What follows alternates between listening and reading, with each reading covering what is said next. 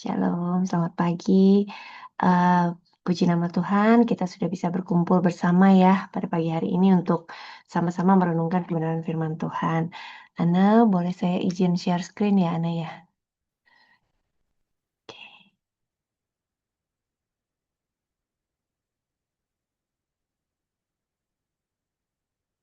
ya, baik. Sebentar ya, Bapak Ibu.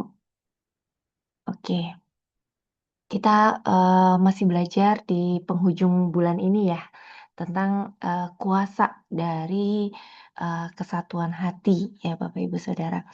Nah, pada pagi hari ini kita akan belajar sama-sama dari eh, kisah kebenaran firman Tuhan yang diambil dari Yeremia 32 ayat 37 sampai dengan 42 dari terjemahan The Message ya.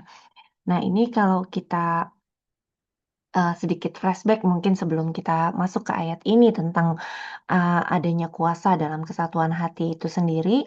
Sebenarnya ayat ini muncul karena pada saat itu eh, bangsa Israel lagi eh, apa namanya banyak mendirikan Baal-Baal gitu ya, mendirikan patung-patung dewa dan dewi yang cabul di bait suci yang dibangun untuk seharusnya menghormati Tuhan gitu. Jadi ini dianggap oleh firman Tuhan sebagai suatu penodaan yang keterlaluan dan saat itu mereka membangun kuil-kuil untuk dewa-dewa Baal di lembah Hinon, di mana pada saat itu mereka membakar anak-anak mereka sebagai korban kepada dewa Molek gitu ya. Jadi kejahatan yang begitu luar biasa yang terjadi di negeri itu sebagai satu tindakan dosa yang besar gitu ya. Nah, jadi kepada kota ini eh, akan kemudian diserahkan kepada Raja Babel dalam pembunuhan, kelaparan, dan sakit penyakit gitu. Bagaimana karena menyembah dewa-dewa, akhirnya ada ke ketidaksatuhatian bahkan antara orang tua dengan anak-anaknya gitu ya, sampai si anak-anak ini pun dipersembahkan gitu untuk menjadi korban gitu. Nah, jadi bagaimana Tuhan itu nggak seneng gitu ya dengan keadaan itu gitu dan bagaimana Tuhan sebenarnya rindu banget supaya setiap kita boleh mengalami kesatuan hati gitu ya.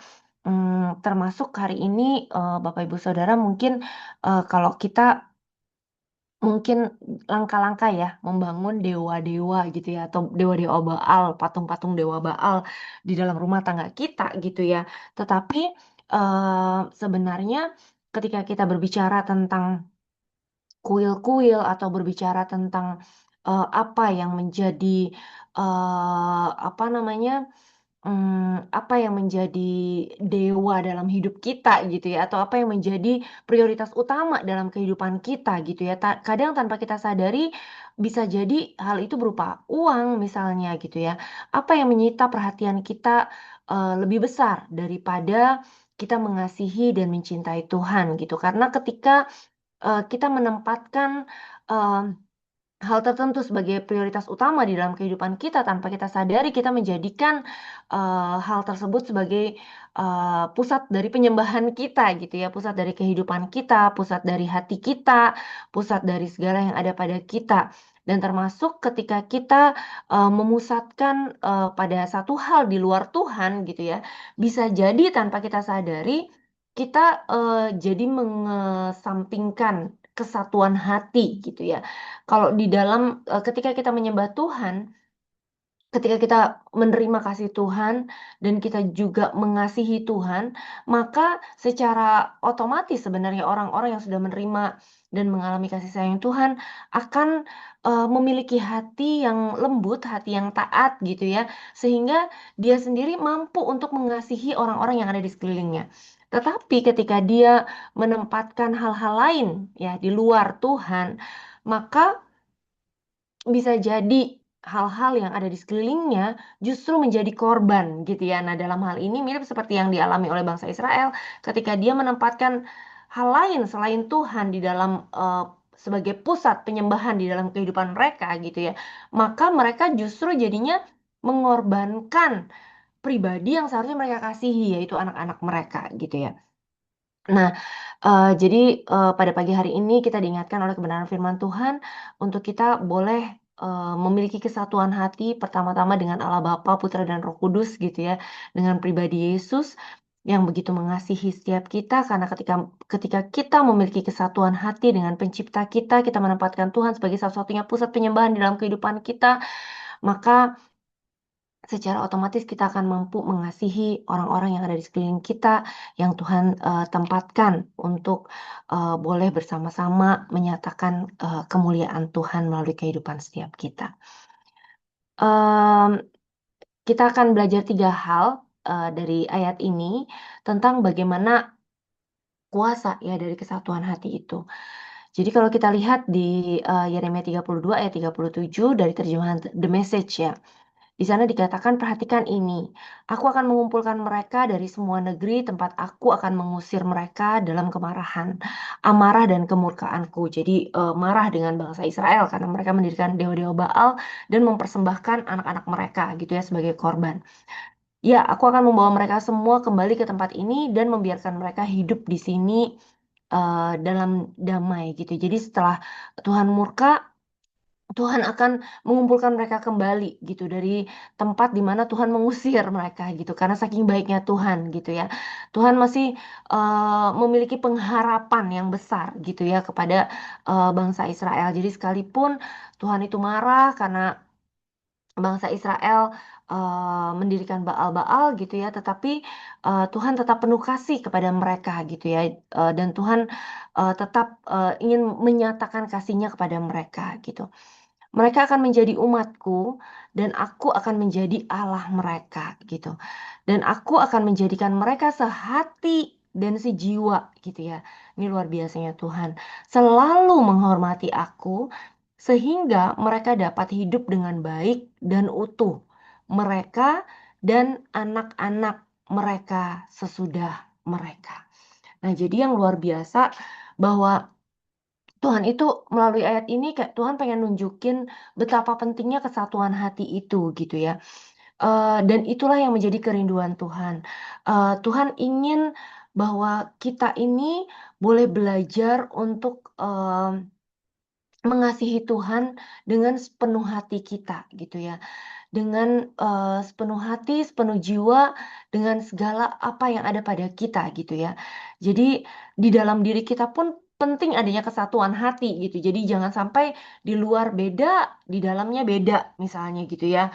Mungkin supaya dapat impression yang baik dari orang lain, kita kelihatan punya hubungan baik dengan Tuhan. Tetapi aktualnya dalam waktu-waktu sendiri kita, kita justru nggak dekat dengan Tuhan misalnya gitu ya. Nah, kerinduan Tuhan, jadi di pagi hari ini ayat ini mengingatkan kita bahwa kerinduan Tuhan, Tuhan pengen kita tuh menjadikan Tuhan sebagai satu-satunya pusat penyembahan kita, tubuh, jiwa, dan roh kita gitu ya. Jadi menjadikan Allah Bapa, Allah Putra, Allah Roh Kudus sebagai satu-satunya pusat penyembahan dalam hidup kita dan yang menyembah Dia itu bukan hanya tubuh kita, bukan hanya mulut kita gitu ya, tetapi baik tubuh kita maupun jiwa kita maupun roh kita gitu ya. Tubuh, jiwa, dan roh kita sama-sama sepakat untuk menyembah Tuhan yang benar gitu ya. Dan sama-sama gitu ya, sebelum kita bersatu hati dengan orang-orang yang ada di sekeliling kita, Tuhan juga rindu kitanya sendiri gitu ya, memiliki apa namanya kesatuan hati untuk eh, mengasihi Tuhan gitu ya.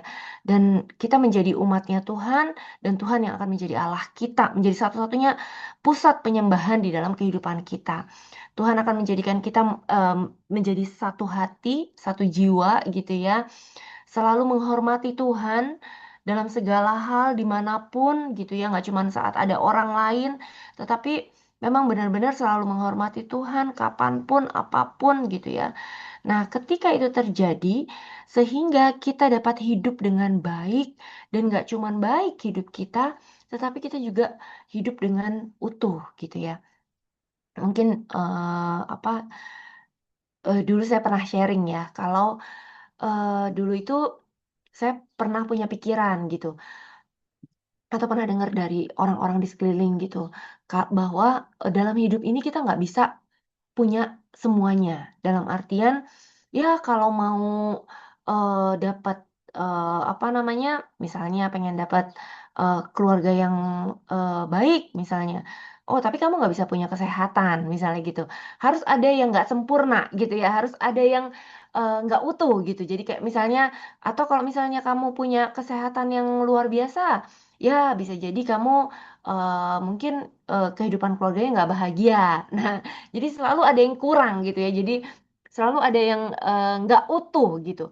Tetapi setelah mengenal pribadi Yesus gitu ya, dan setelah belajar dari kebenaran firman Tuhan, bahwa sebenarnya eh, satu ayat yang sangat menguatkan saya gitu ya, dari Yohanes 10 ayat 10, pencuri datang untuk mencuri, membunuh dan membinasakan. Tetapi Yesus datang supaya kita memiliki hidup dan memilikinya dalam segala kelimpahan gitu ya. Ayat itu benar-benar membukakan mata saya saat itu gitu ya, beberapa tahun lalu, bahwa sebenarnya kerinduan Tuhan itu supaya kita itu memiliki kehidupan yang memang utuh gitu ya, berkelimpahan dalam keseluruhan aspek kehidupan.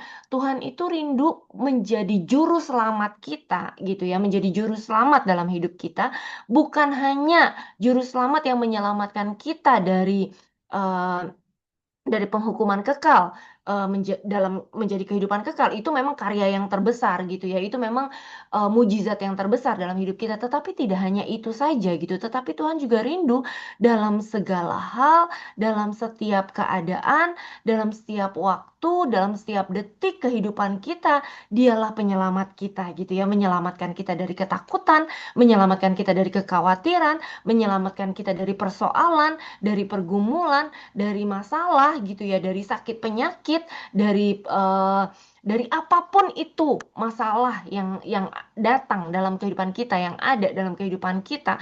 Dia rindu untuk menjadi juru selamat di dalam kehidupan kita gitu ya, yang juru selamat yang mampu menyelamatkan kita dan menolong setiap kita, sehingga kehidupan kita bisa menjadi kehidupan yang baik, dan tidak hanya sekedar baik gitu ya, tetapi juga kehidupan yang utuh. Itu yang menjadi kerinduan Tuhan. Dan yang luar biasanya gitu ya, yang saya kaget gitu, karena begitu baca ini begitu luar biasa, dimana janji Tuhan itu adalah kehidupan utuh itu bukan cuma untuk kita sendiri saja gitu ya, tetapi kehidupan yang utuh itu bahkan Tuhan juga sediakan untuk anak-anak dan keturunan kita ke depannya gitu ya. Ini keren banget gitu ya. Jadi sampai ke next next generation gitu. Kalau kita lihat orang yang nggak satu hati sama Tuhan, orang yang menyembah dewa-dewa lain apapun itu gitu ya, bisa nama besar jadi dewanya, jadi yang terutama dalam hidupnya, bisa kekayaan menjadi dewanya. Mungkin kalau dewa-dewa zaman zaman modern ini bukan bicara tentang patung Baal lagi gitu ya, tetapi mungkin dewanya atau apa, hal yang terutama di dalam kehidupannya itu bisa jadi apapun itu gitu ya, kesenangan gitu ya. Nah, itu bisa menjadi yang terutama dalam kehidupan kita, dan ketika itu terjadi, kita cenderung untuk mengorbankan orang-orang yang ada di sekeliling kita, seperti tadi Dewa Baal dikorbankan anak-anaknya gitu ya, keturunannya, next generationnya dikorbankan. Tetapi ketika kita mau bersatu hati gitu ya, menyembah tubuh, jiwa, dan roh kita gitu ya, kita mau sehati, sejiwa, pikiran, perasaan, dan kehendak kita gitu ya, eh, seluruhnya kita mau memuji dan memuliakan Allah Bapa, Putra, dan Roh Kudus gitu ya, bersatu hati sepakat dengan karya penebusan, karya keselamatan, kasih Tuhan yang begitu besar gitu ya, Allah Bapa yang sudah mengutus anaknya, pribadi Roh Kudus yang selalu mengingatkan kita nonstop gitu ya. Kita mau menempatkan suara Roh Kudus sebagai yang terutama di dalam kehidupan kita, lebih besar daripada kita nurutin ego kita atau nurutin suara hati kita yang cenderung apa namanya, didorong oleh emosional gitu ya, tetapi kita mau belajar untuk nurut apa kata Roh Kudus gitu ya. Nah, maka dampaknya adalah kita akan mengalami kehidupan yang baik, kita akan mengalami kehidupan yang utuh, dan kehidupan yang baik dan utuh itu bukan hanya kita yang ngalamin, tetapi bahkan Tuhan rindu untuk dialamin juga sama generasi-generasi setelah kita gitu. Itu luar biasa banget. Jadi Ketika kita mau bersatu hati, ternyata hal itu mendatangkan kehidupan yang baik dan kehidupan yang utuh, dan kehidupan yang baik dan utuh itu dialami nggak cuma sama kita aja, tetapi bahkan sampai generasi berikutnya. Hal yang kedua itu diambil dari Yeremia 32 ayat 40.